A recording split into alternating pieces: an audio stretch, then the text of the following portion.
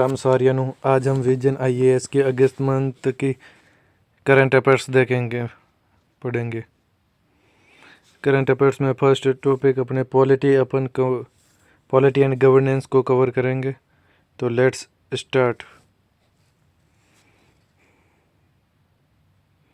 First polity and governance में first है the constitution 113th amendment bill 2025।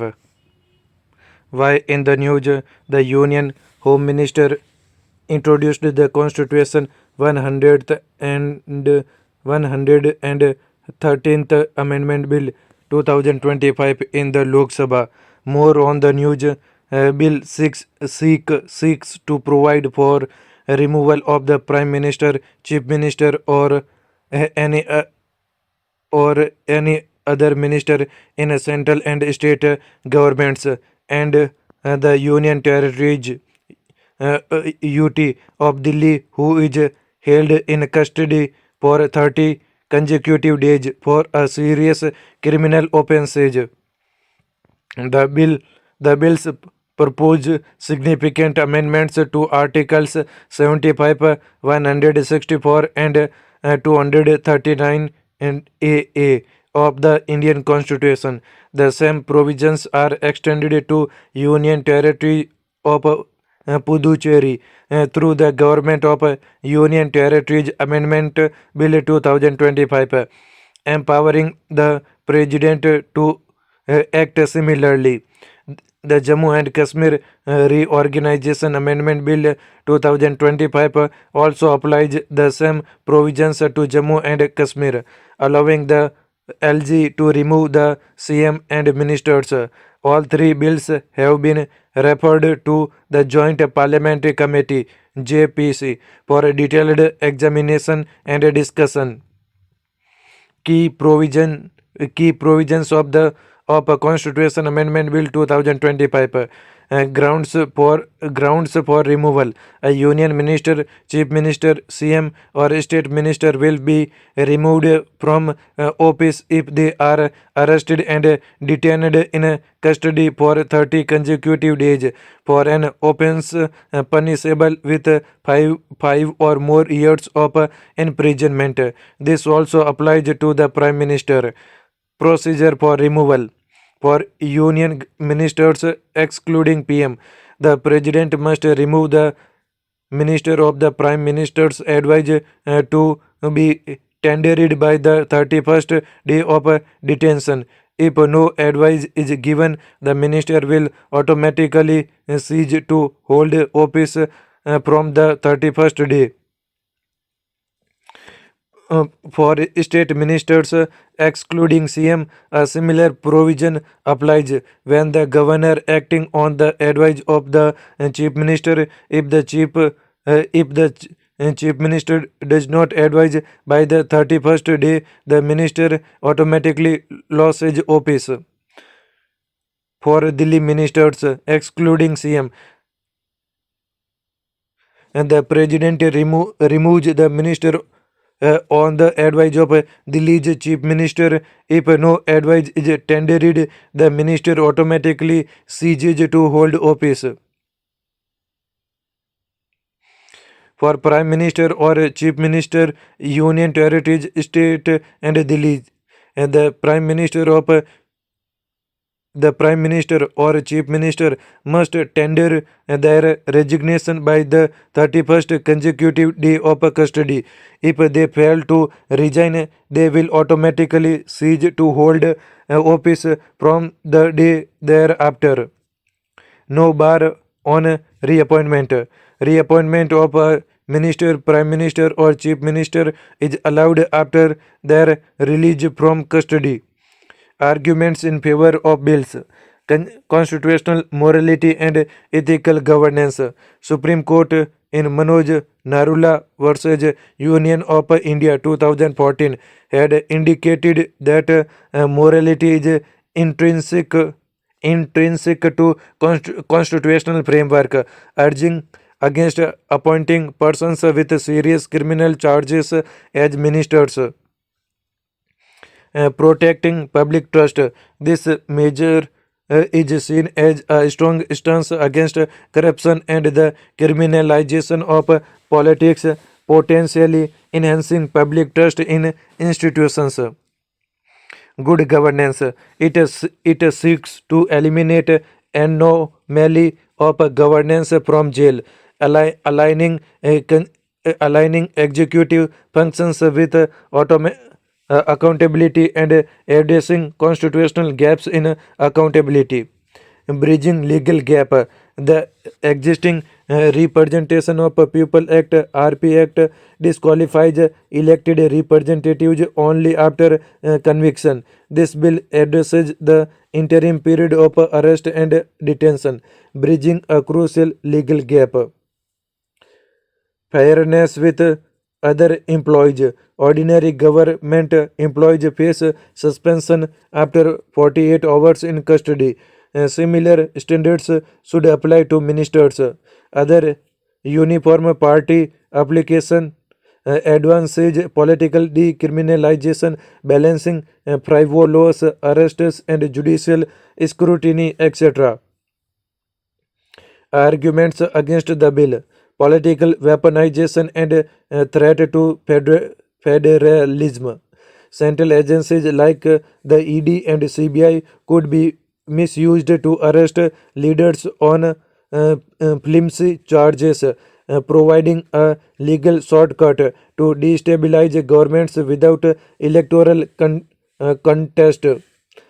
Presumption of innocence at stake. The bill is against the principle of innocent until proven guilty and natural justice by triggering removal based on detention alone without a conviction or even the framing of charges.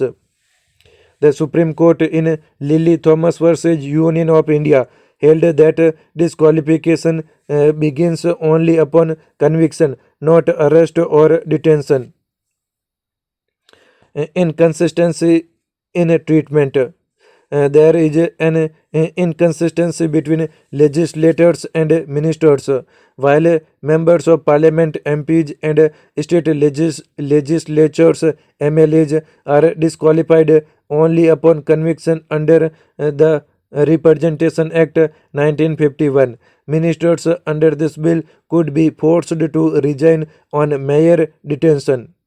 This creates a paradox where a convicted legislator might continue as a minister longer than an arrested minister, revolving doer problem. The provision allowing reappointment after release from custody could lead to cycles of resignation and restatement, causing political instability and potentially incentivizing tactical legal maneuvers. Executive discretion and politicization. The dual mechanism of removal, PM and CM's advice or automatic cessation, could politicize the process, allowing a prime minister to protect allies or remove a hostile chief minister to target rivals. Lack of safeguards. No provision for compensation if the arrest is found to be malicious. It can encourage misuse of preventive detention and laws like Unlawful Activities Prevention Act 1967, UAPA, and Prevention of Money Laundering Act 2002, PMLA. For example, of the 5,000 cases registered by ED in past 5 years, there were less than 10% convictions. Existing legal framework and judgments for disqualification after crimes. Representation of the People Act 1951 RPA under Section 8 Subclause 3 of the Representation of People Act, legislators are disqualified from contesting elections or continuing in office upon conviction for certain criminal offences, with imprisonment of 2 years or more. Lily Thomas 2013 judgment. Supreme Court struck down Section 8 Subclause 4 of the Representation of Public Act, which had allowed sitting members to avoid disqualification if an appeal was filed against their conviction. Manoj Narula versus Union of India 2014. Court noted no legal bar against appointing ministers with criminal backgrounds, but stated that PM should consider avoiding individuals with criminal antecedents, especially for serious offences.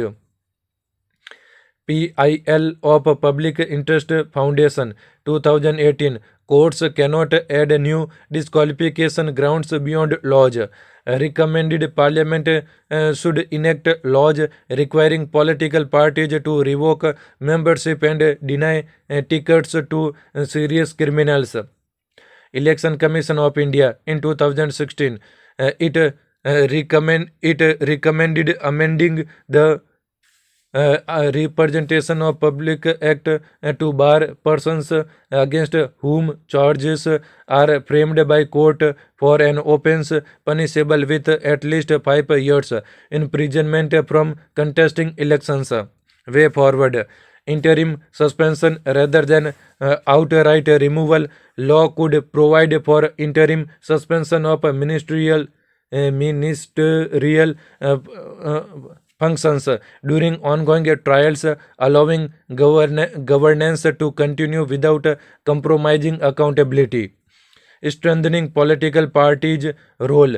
Political parties must instill self-discipline and commit to not fielding candidates with criminal records, focusing on integrity rather than mere winnability. Law Commission recommendations recommended that the framing of a charge for offences punishable by up to 5 years imprisonment should be made an additional ground for disqualification. This would filter out frivolous or politically motivated arrests by ensuring initial judicial scrutiny. Making bail a rule. It is suggested to make bail a rule except in heinous violent crimes so that new provisions regarding removal have wider acceptability. Fast tracking criminal cases. Instead of disqualifying ministers merely based on arrest, the focus should shift to fast tracking serious criminal cases against ministers, ensuring impartial investigations and swifter trials. Establishing an independent review mechanism like a tribunal or a judicial panel could examine whether conditions for removal have been met, preventing executive overreach and ensuring impartial application. Next topic, the Promotion and Regulation of Online Gaming Act 2025. Why in the news? The Parliament has passed the Promotion and Regulation of Online Gaming Act 2025, effectively banning online money games while promoting and regulating other kinds of online games. More on the news. Act aims to establish a robust legal framework and regulate, promote, and encourage the online gaming sector for innovation and economic growth, and ensure a developed, safe, and responsible digital environment for all citizens. It was introduced in the House as a finance bill under Article 117 Subclause 1 and 117 Subclause 3 of the Constitution of India with the due recommendation of the President. Why was the act needed? Addiction and financial ruin. Online money games encourage compulsive playing, and create an illusion of quick profits. This leads to addiction, pushing families into debt and distress. According to Union Minister for Electronics and Information Technology, online money gaming has negatively affected 45 crore people who faced a loss of more than 20,000 crore rupees. Mental health. World Health Organization classifies gaming disorder as a health condition in its international classification of diseases. Gaming disorder is a pattern of play marked by loss of control, neglect of other daily activities, and persistence despite harmful consequences. Closing legal loopholes. Gambling and betting are already restricted under laws such as the Bharatiya Nyaya Sanhita 2023 and by various state legislations, but the online domain remained largely unregulated. Many gaming platforms operate from offshore jurisdictions, presented challenges in terms of extraterritorial jurisdiction and interstate inconsistencies. Threat to national security. Investigations have shown that some gaming platforms were being used for terror financing, illegal messaging, and money laundering, effectively compromising the country's security. Encouraging e-sports. The act promotes positive digital engagement and boosts creative economy and innovation in the e-sports sector. Key provision of the act. Key definitions. Online games. Any game which is played on an electronic or a digital device and is managed and operated as a software through the internet or any other kind of technology facilitating electronic communication. Categorization of the online games. E-sports, competitive digital sports, where teams or individuals participate in organized tournaments requiring strategy, coordination, and advanced decision making skills. For example, Ved, B, Bilji Boy Bambu became the first Indian player to win the Pokemon uh, Go World Championship 2025.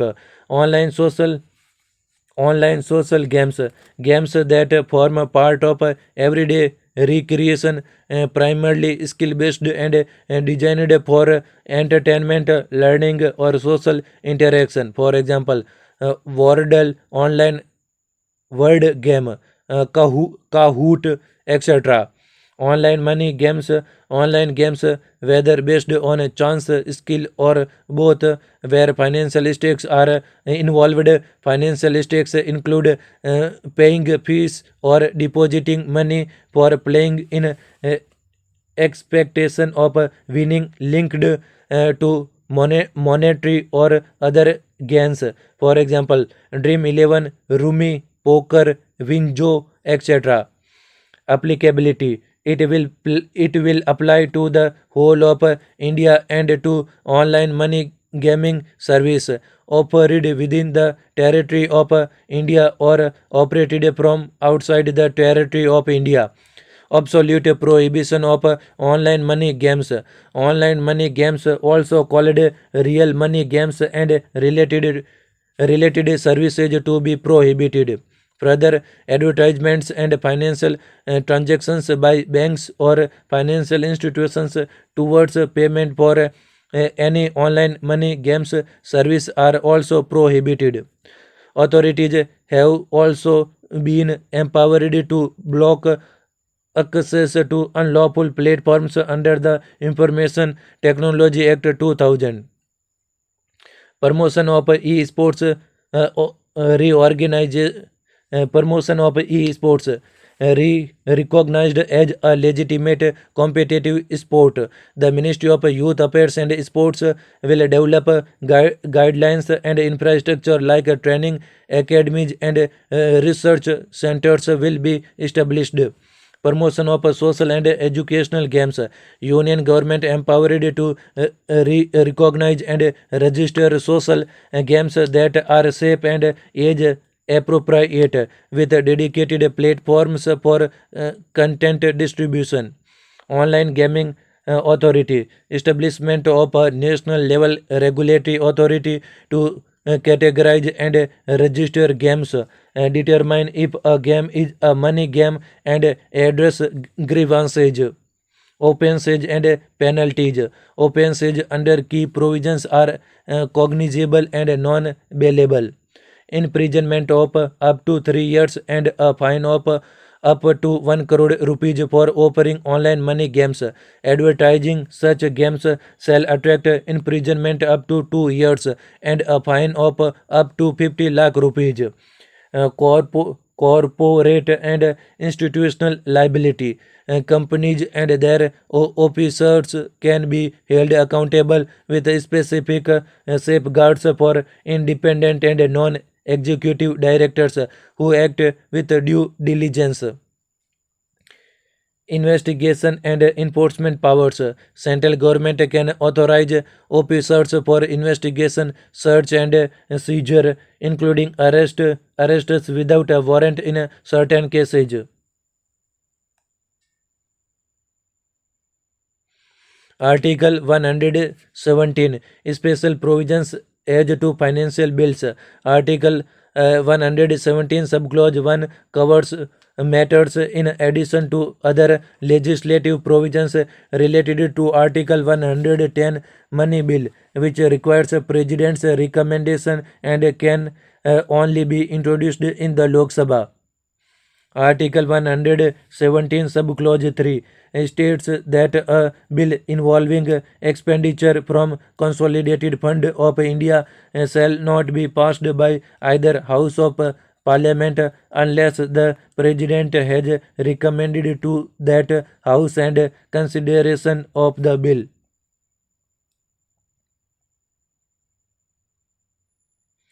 Other notable initiative to counter the risks of online games. Section 69A of Information Technology Act 2000 empowers the government to block access to illegal websites or links. For example, 1524 betting and gambling websites and mobile apps were blocked during 2022 to 2025. IT IT Intermediary Guidelines and Digital Media Ethics Code Rules 2021 provide norms for online gaming platforms. For example, registration of intermediaries with self-regulatory bodies SRBs. भारतीय न्याय संहिता 2023 section 111 and 112 penalize unlawful economic activities and cyber crimes and unauthorized betting and gambling respectively.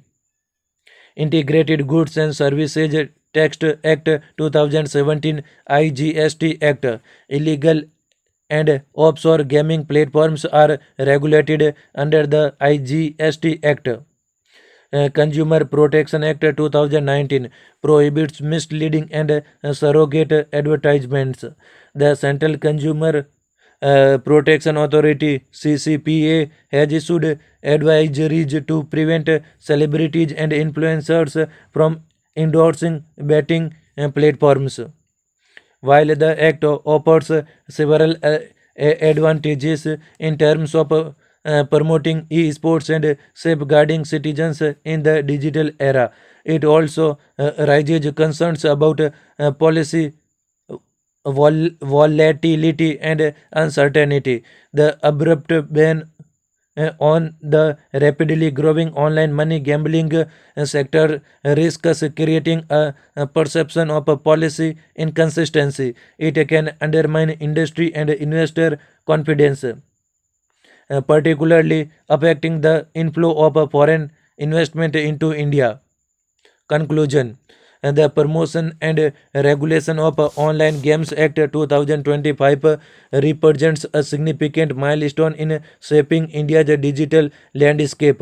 It seeks to safeguard citizens from the exploitative practices of the online money gaming industry while simultaneously encouraging the growth of legitimate e-sports and social gaming. In doing so, it aims to strengthen the country's creative economy, foster innovation, and above all, ensure that technology becomes a tool for societal good rather than harm. Next topic, National Sports Governance Act 2025. Why in the news recently, the National Sports Governance Bill 2025 was given assent by the President. Sports governance in India. Sports regulation falls within the jurisdiction of the states as per entry 33 of the state list of the seventh schedule. Existing policies include the National Sports Policy (NSP) 1984, revised 2001, and the Sports Broadcasting Signals Mandatory Sharing with Prasar Bharati Act 2007. Recently, the Cabinet approved the NSP 2025, superseding the 2001 policy. It is structured around five core pillars, focusing on global excellence, economic and social development through sports, making sports a pupil movement, and integrating sports with education. Key regulatory bodies. Ministry of Youth Affairs and Sports MYAS, responsible for formulating a national sports policy, funding and implementing development programs. Sports Authority of India SAI lays down policies and guidelines for sports delivery systems. Indian Olympic Association IOA, responsible for India's participation in the Olympic Games and other international multi-sports events. National Sports Federation NSF, over 50 national sports federations administer their respective sports. Key highlights of the Act. National sports bodies provide for establishing the National Olympic Committee, National Paralympic Committee, and national and regional sports federation for each designated sport. These bodies will be affiliated with respective international bodies and will have affiliated units at the state and district levels. These bodies will be governed by international charters and statutes. National Sports Board NSB. It will grant recognition to sports bodies and register their affiliate unit. Only recognized bodies will receive funds from the central government. National Sports Body must formulate a code of ethics for its stakeholders, setting minimum standards for ethical and appropriate conduct. A recognized organization shall be considered a public authority under the RTI Act 2005. The central government will decide its composition and appoint members on the recommendations of a search cum selection committee to be appointed to NSB, National Sports Board. A person must have special knowledge or experience in public administration, sports governance, sports law, and other related fields. National Sports Tribunal to adjudicate sports related disputes. It will not have jurisdiction over specified disputes such as those in relation to games organized by international bodies and internal disputes of national sports bodies. Oversight of elections. The central government will establish a national panel of electoral officers to oversee elections of national sports bodies. Every national sports body must also constitute an electoral panel to oversee elections of its affiliates. Powers of the central government. The central government may exempt a national body or its affiliates from any provision of act if necessary in the public interest for promotion of that sport. Need for a comprehensive sports law in India. Absence of a comprehensive and uniform sports law. Need for comprehensive sports law in India. Absence of a comprehensive and uniform sports law, leading to inconsistent and often outdated regulations. The National Sports Development Bill 2013 was not enacted. Politician domination in NSF. Politicians with minimal sports expertise often occupy key provisions in NSFs. Earlier, FIFA suspended All India Football Federation (AIFF) due to undue influence from third parties. Overlapping roles and responsibilities of key organizations like the IOA and NSF create confusion and delays. Inadequate funding and utilization. Less than 40% of the allocated budget for 2020 to 23 was utilized for athlete development. Ineffective policy implementation. The National Sports Policy 1984 revised 2001 has not been successfully put into practice. Olympics 2036 preparation. The legislation supports India's bid for the 2036 Olympics by ensuring compliance with the Olympic Charter and global best practices. Conclusion.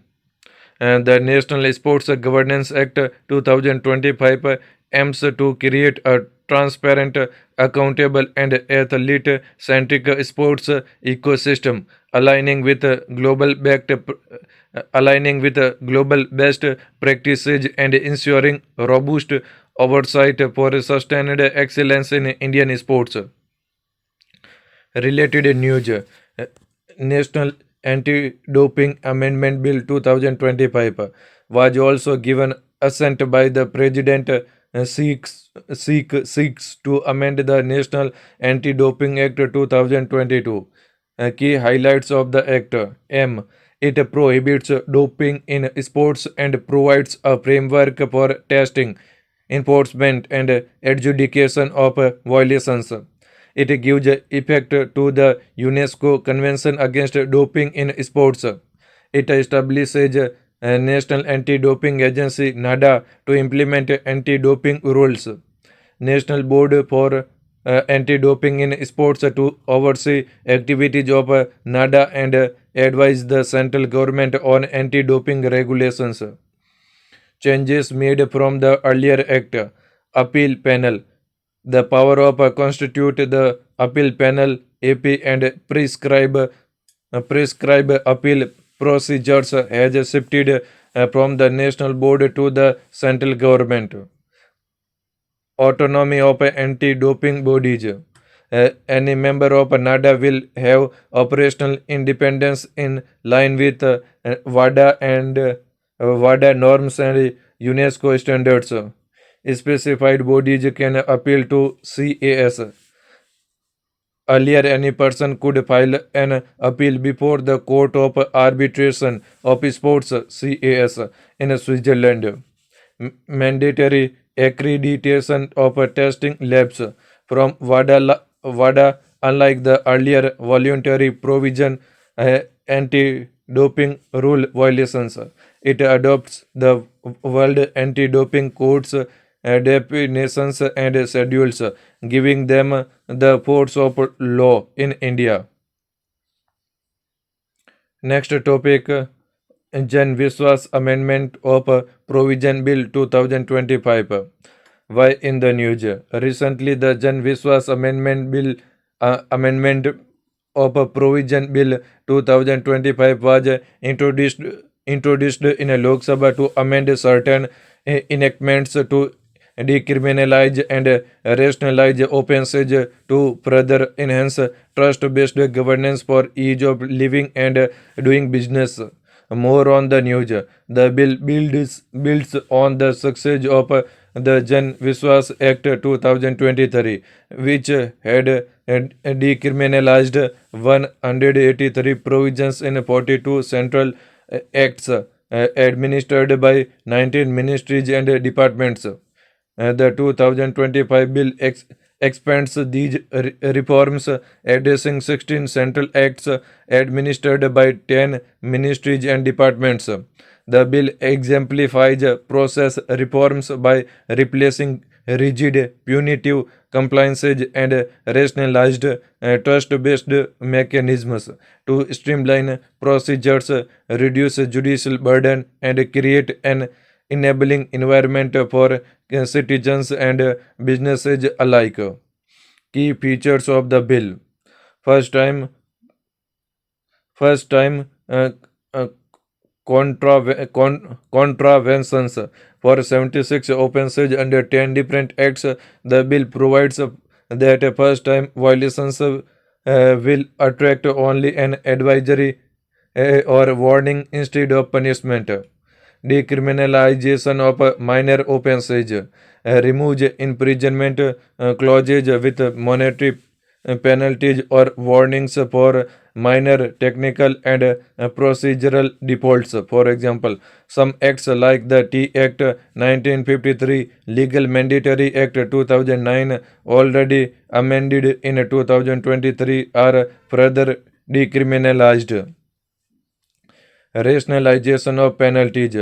Fines are rationalized and made proportionate with incremental penalties for repeat offenses. Adjudication mechanism designates officers with the authority to impose penalties through administrative processes to ensure quicker resolution of cases and reduce the burden on the judiciary.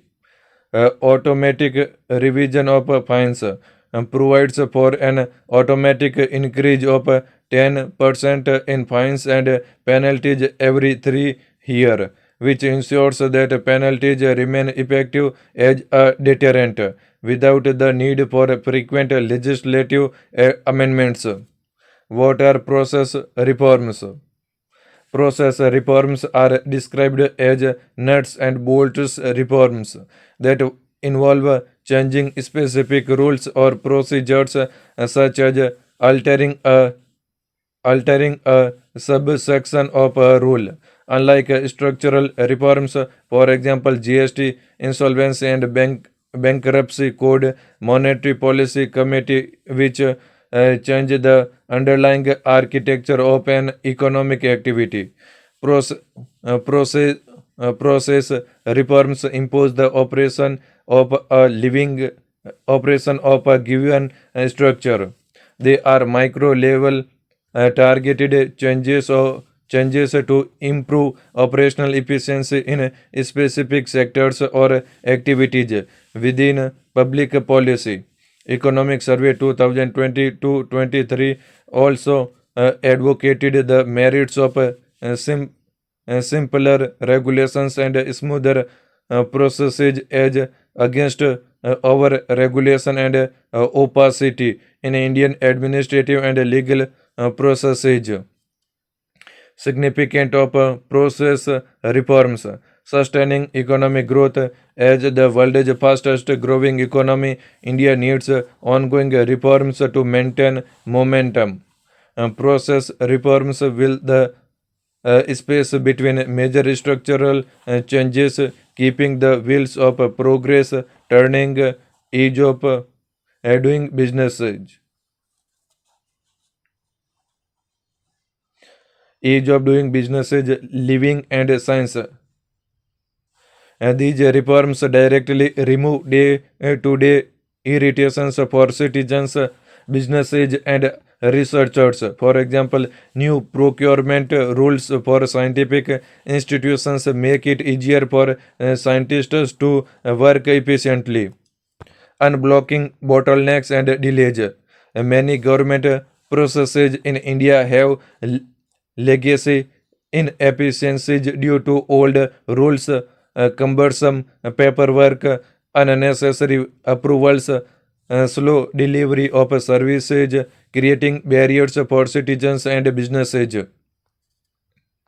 enhancing sectoral competitiveness. For example, liberalization of telecom rules for other service providers (OSP) fueled a boom in IT enabled and BPO sectors, reducing corruption and rent seeking. By making systems transparent and removing unnecessary steps, process reforms help reduce scope of corruption and arbitrary enforcement, institutionalizing a problem solving mindset.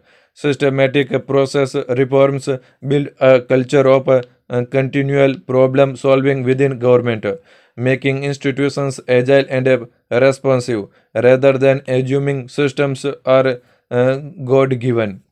Guiding principles for process reforms: simplification of a complex processes and clear communication. For example, national single window systems to start a business, clearly define goals and align all efforts towards achieving them. For example, Pragati, proactive governance and timely implementation initiative, agile and responsive process designed to adapt to changing circumstances and incorporate new technologies. For example, quality come cost based selection criteria in government tendering, culture of ongoing process review and refinement. For example, incremental adoption of digital public infrastructure and India stake in governance. Involve all stakeholders in the process, including those who perform the tasks and those affected by the outcome. For example, community forest management initiative. Cases case studies of successful process reforms, direct benefit transfer (DBT), digitizing subsidy and welfare payments directly to beneficiaries has cut leakages and duplication, saving huge resources and improving service delivery. Voluntary company liquidation. Earlier, voluntary liquidation took over 4 years with multiple delays.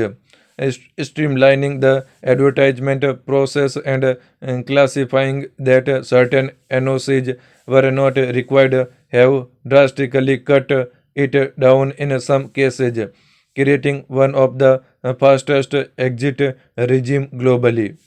Rationalization of autonomous bodies, closure or merger of many outdated or overlapping government institutions like All India Handloom Board, All India Handicrafts Board, and multiple film units into a single corporation.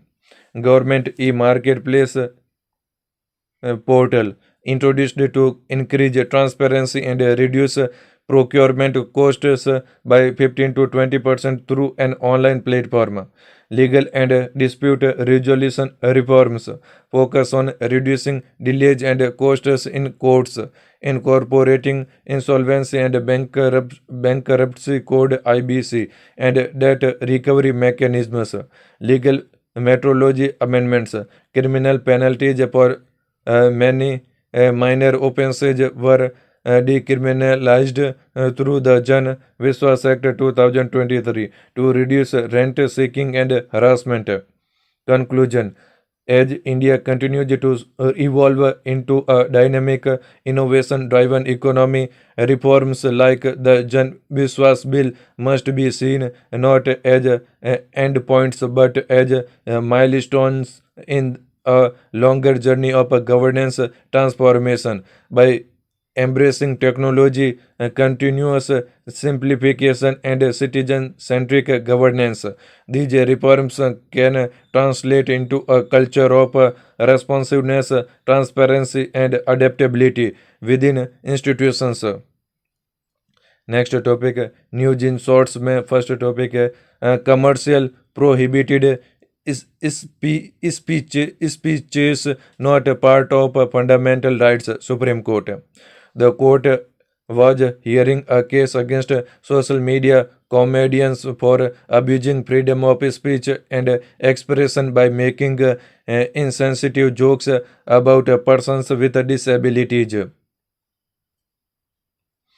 Key judicial observations commercial and prohibited speech not protected. Freedom of speech Act Article 19 Subclause 1 Subclause A does not cover commercial speech or prohibited speech, hate speech, and prohibited speech.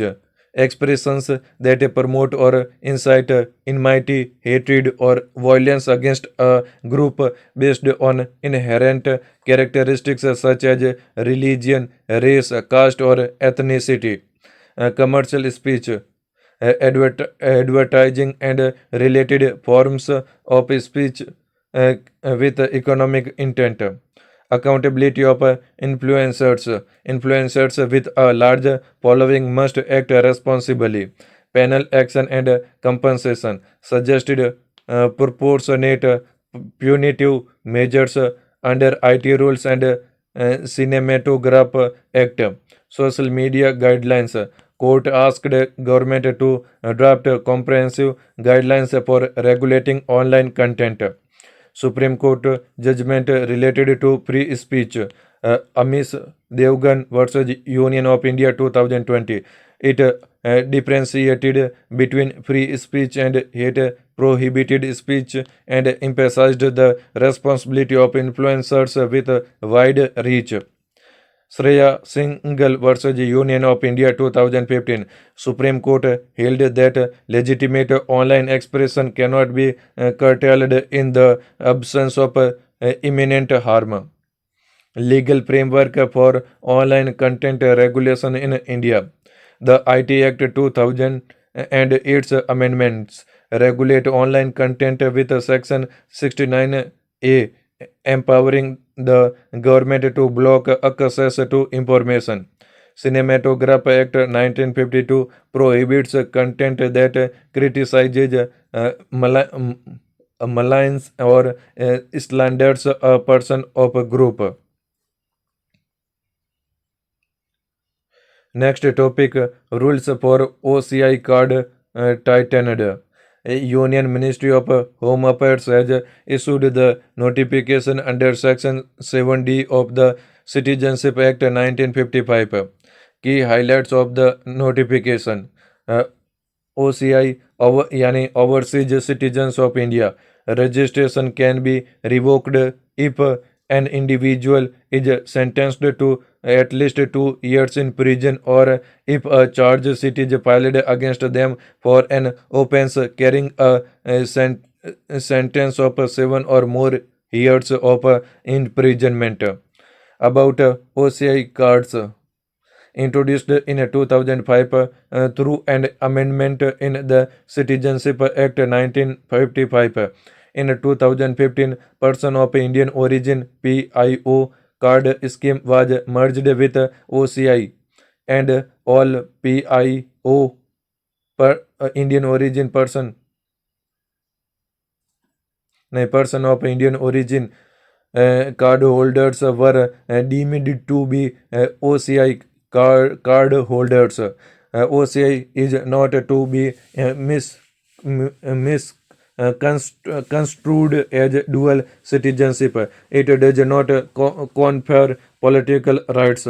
Ground for cancellation of OCI registration. Regulation registration obtained by fraud. OCI shown disaffection towards the Constitution of India. It is necessary to do so in the interest of the sovereignty and integrity of India, the security of India, friendly relations of India with any foreign country, or in the interest of the general public, etc. Benefits of OCI card holders. Multiple entries, multi-purpose, lifelong visa for visiting India, exempted from registration with foreign national registration officers or foreign registration officer for any length of stay in India. Entitled to general parity with non-resident Indians in respect of all facilities available to them in economic, financial, and educational fields, except in matters relating to the acquisition of agricultural or plantation properties. Eligibility for OCI registration. Foreign nationals who are citizens of India on or after 26 January 1950, those eligible to become citizens of India on 26 January 1950. Persons from territories territories that became part of India after 15 August 1947, and children, grandchildren, or great grandchildren of such citizens, minor children with one or both parents as Indian citizens, spouse of Indian OCI citizens with a registered marriage subsisting for at least 2 years. Exception: citizens of Pakistan, Bangladesh, or other countries notified by the government are not eligible. Next topic, election to the office of the Vice President of India. Eligibility for Vice President must be an Indian citizen at least 35 years old, qualified for election to the Rajya Sabha.